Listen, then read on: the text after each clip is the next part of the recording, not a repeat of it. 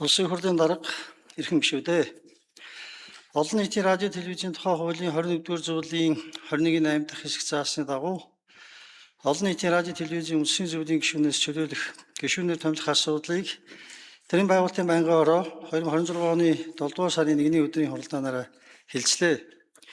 Монгол Улсын хурлаас Монголын үндэсний олон нийтийн радио телевизийн үндсэн зөвлөлийн гишүүн Сүхбаатарын Алтан цэцэг, Манжлын Бат Эрдэнэ, Дорцорынгийн Бацх нарын бүрэн эрхийн хугацаа дуусгар болсонтой холбогдуулан олон нийтийн радио телевизийн тухай хуулийн 21-р зүйлийг үндэслэн төрийн байгуулалтын байнгын ороо 2025 оны 4-р сарын 23-ны өдрийн 05 дугаар тогтоолоор сонгон шалгаруулалт зарлаж,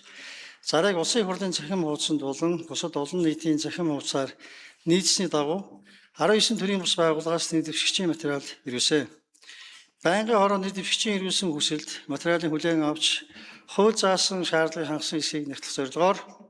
төрийн албаны зөвлөл, авилгатай тэмцэх газар, нийгмийн даатгалын ерөнхий газар, улсын бүртгэлийн ерөнхий газар, цагдаагийн ерөнхий газараас холбогдох лавлгаа мэдээллийг авсан болно. Төрийн байгуулалтын байнгын орооны 2025 оны 12 дугаар сарын 9-ний өдрийн 13 дугаар тогтоолоор олон нийтийн радио телевизийн үндсийн зөвлөлийн гишүүний дэвшигчийг төрийн бас байгууллагын саналаар сонгон шалгаруулах үүрэг бүхий ажлын эсхийг улсын хурлын гишүүн Б. Баярбаатар ахлуулан гишүүдэд улсын хурлын гишүүн Э. Болормоо, А. Ганбаатар, С. Идэрбат, Ч. Лодоо Самбуу, Г. Уян Гишиг нарын бүрэлдэхүүнээр байгуулсан. Ажлын хэсэг олон нийтийн радио телевизийн тухай хуулийн 21-р зүйл заасан шаардлага, тухайлбал эрх зүй, гадаад харилцаа, сэтгүүл зүй, эрүүл мэнд,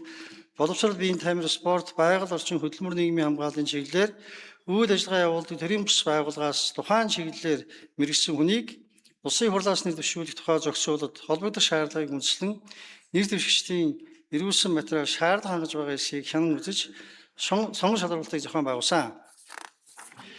Сонгон шалгалтын дүнд 19 нэр дэвшигчээс дээр шаардлагыг хангасан 9 нэр дэвшигчийг улсын хурлын гишүүдийг сонгох эрхийг хангах үүднээс төрийн байгуулалтын байнгын ороонд санал болгож нэр дэвшигчдийн сонсголд оролцуулахаар ирвэсэн. Үүнээс нэр дэвшигч Эрдэнэ Билгийн Адиа Сурам өөрийн хүслээр нэрээ татсан болно. Монгол Улсын ерөнхийлөгчөөс нэр дэвшүүлсэн Дугур Сурангийн Гүнүүс, Монгол Улсын засгийн газраас нэр дэвшүүлсэн Чулуунбаатарын Батсангал, Улсын хурлаас нэр дэвшүүлсэн Жаншин доржийн Бэлэг Сайхан, Дашцэвгийн Мэгүр Сүрэн, Давг доржийн Наран Цэцэг Сандгийн Од Эрдэнэ, Маналжавын Төр Монлаа, Гүнчин Ишийн Их Баяр, Лунаагийн Игчин, Батболдын Инэрлт нар нь төрийн байгуулалтын байнгын орооны 2025 оны 15 дугаар тогтоолоор баталсан нэр дэвших тухай хүсэлтийн загварын дагуу материалаа бүрдүүлж байнгын ороонд ирүүлсэн болно. Монголын үндэсний олон нийтийн радио телевизийн үндэсний зөвлөлийн гишүүнд нэр дэвшигч нартаа хийсэн нэр дэвшигчийн сонсголыг олон нийтийн радио телевизийн тухай хуулийн 21-р зүйлийн 21-ийн 6 дахь хэсэгт үндэсний зөвлөлийн бүрэлдэхүүнд оруулахаар төв уламжлал, ёс заншил, соёл урлаг, утга зохиол, шинжлэх ухааны чиглэлээр үйл ажиллагаа явуулдаг төрийн бус байгууллагууд тухайн чиглэлээр мэргэжсэн хүнийг нэрийг Монгол Улсын ерөнхийлөгчд эрх зүй, гадаад харилцаа, сэтгүүл зүй, эрүүл мэнд, боловсрол биеийн тамир, спорт, байгаль орчин, хөдөлмөр нийгмийн хамгааллын чиглэлээр үйл ажиллагаа явуулдаг төрийн бус байгууллагууд тухайн чиглэлээр мэргэжсэн хүний нэрийг улсын их хурлд, эдийн засаг, бизнес, техник, технологи, удирдлага, менежментийн чиглэлээр үйл ажиллагаа явуулдаг төрийн бус байгууллагууд тухайн чиглэлээр мэргэжсэн хүний нэрийг засгийн газар тус санал болгоно гэж 21-ийн 7 дахь хэсэгт төрийн бус байгууллагуудын саналаас сонголт хийн үндэсний зөвлөлийн гишүүнд нэр дэвшүүлж улсын их хурлд өргөн мэдүүлнэ гэж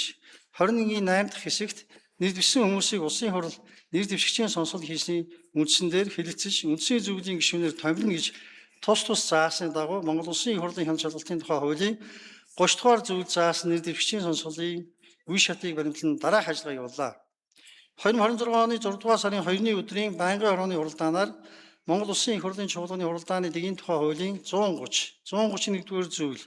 Монгол Улсын их хурлын хяналт шалгалтын тухай хуулийн 30 дугаар зүйлийн 31-ийн 1 дэх заалтын дагуу олон нийтийн радио телевизийн үндэсний зөвлөлийн гишүүнээр нэр дэвшигчтэй хийх нэр дэвшигчийн сонсголын тов сонсгол аргалагчийг тогтоох тухай тогтоолыг баталж нэр дэвшигчийн сонсголыг 2026 оны 6 дугаар сарын 22-ны өдөр зохион байгуулахаар товлон сонсгол аргалагчаар улсын их хурлын гишүүн Цартын Зулхаарыг томилсон. Нэр дэвшигчийн сонсголыг 2026 оны 6 дугаар сарын 22-ны өдөр зохион байгуулахаар товлсон боловч байнгын орооны хуралдааны эрс бүрдээгийн улмаас хойшигдсан тул төрийн байгуулалтын байнгын орооны 2026 оны 6 дугаар сарын 29-ны өдрийн 09-р тогтоолоор нэр дэвшигчийн сонсголыг 2026 оны 6 дугаар сарын 30-ны өдөр зохион байгуулахаар дахин товлож сонсгол даргалагчаар улсын хурлын гишүүн сархтыг хэвээр тамилсан. Сархтын зулбаарыг 2026 оны 6 дугаар сарын 30-ны өдөр төрийн байгуулалтын байнгын хорооноос сонсголд улсын хурлын гишүүн Б Жавхлан, О Алтан гэрэл, А 10 Ж Батчаргал, Ж Бат Эрдэнэ, Б Баярбаатар, Ж Баярмаа, Э Болормоо, С Бямцогт, А Ганбаатар, Ц Даваасран, С Зулбахаар, Ил Мөнхбаатар, Б Найдлаа, Энэ Номтой Баяр, Б Бүрөвдөр, Ц Тухайн, Ч Ундрам, Энэ Учрал, Б Хэрлэн Өө Шижир, Б Инх Баяр, Д Инх Чанар, буюу байнгын хорооны гишүүдийн олонх хүрэлцсэн ирснээр эрс бүрдэж нэр дэвшигчийн сонсголыг зохион байгуулсан болно. Монгол Улсын их хурлын чуулган хуралдааны дэгийн тухай хуулийн 133 дугаар зүйлийн 133-ийн 1 дэх хэсэгт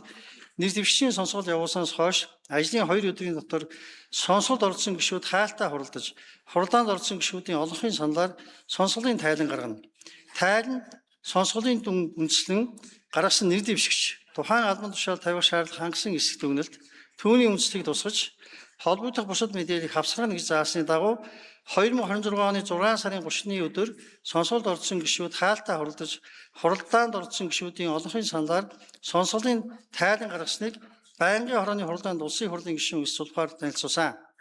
Байнгын хорооны хуралдаанд дээрх асуудлыг хэлцэх үед улсын хурлын гишүүн Ил Гантамар нэр дэвшигчдээс Монголын үндэсний олон нийтийн радио телевизийг улс төрийн аливаа нөлөө, засгийн газрын сурчлагынаас ангид жинхэнэ хараат бус олон нийтийн хэвлэл мэдээллийн байгууллага болохын тулд үндэсний зөвлөлийн гишүүний хувьд ямар бодлого, бодит арга хэмжээ хэрэгжүүлэх талаар томилсон байгууллага улс төрийн нөлөөллөөс ангид ажил сэтгүүлчдийн хэвлэл нийтлэх хэрэгчлөөг хэрхэн баталгаажуулах талаар асуулт асууж хариулт авсан болно. Байнгын хорооны хуралдаанд оролцсон гишүүд олон нийтийн радио телевизийн үндэсний зөвлөлийн гишүүнд Монгол Улсын ерөнхийлөгчөөс нэр дэвшүүлсэн дугур сурангийн гүн үлсийг 69.2 хувиар, улсын хурлаас нэр дэвшүүлсэн Даш цэвийн мягмар суранг 65.4 хувиар, Сандгийн од эрднийг 73.1 хувиар, Манжавын төр манлайг 53.8% саналаар дэмжиж, засгийн газраас нэр дэвшүүлсэн Чулуунбаатарын Батсангалыг 34.4 хувиар дэмжээгүй болно. Нэр дэвшигчдийн танилцуулга байнгын хорооны санал дүгнэлтийг та бүхэн тараасан болно. Олон нийтийн радио телевизийн үндэсний зөвлөлийн гишүүний бүрэн эрхийн хугацаа дуусгар болж буй тул Дэмэрлийн Улжибаатар, Сүхбаатарын Алтан цэцэг, Манжлын Бат Эрдэнэ, Дорцовингийн Батсөх, Наваан Пэрэнлийн Жандсан нарыг үүрэг тажлаасан чөлөөлөх зүйтэй гэж байнгын хорооны хуралдаанд оролцсон гишүүдийн болонх үзлээ. Улсын хурлын эрхэм гишүүдээ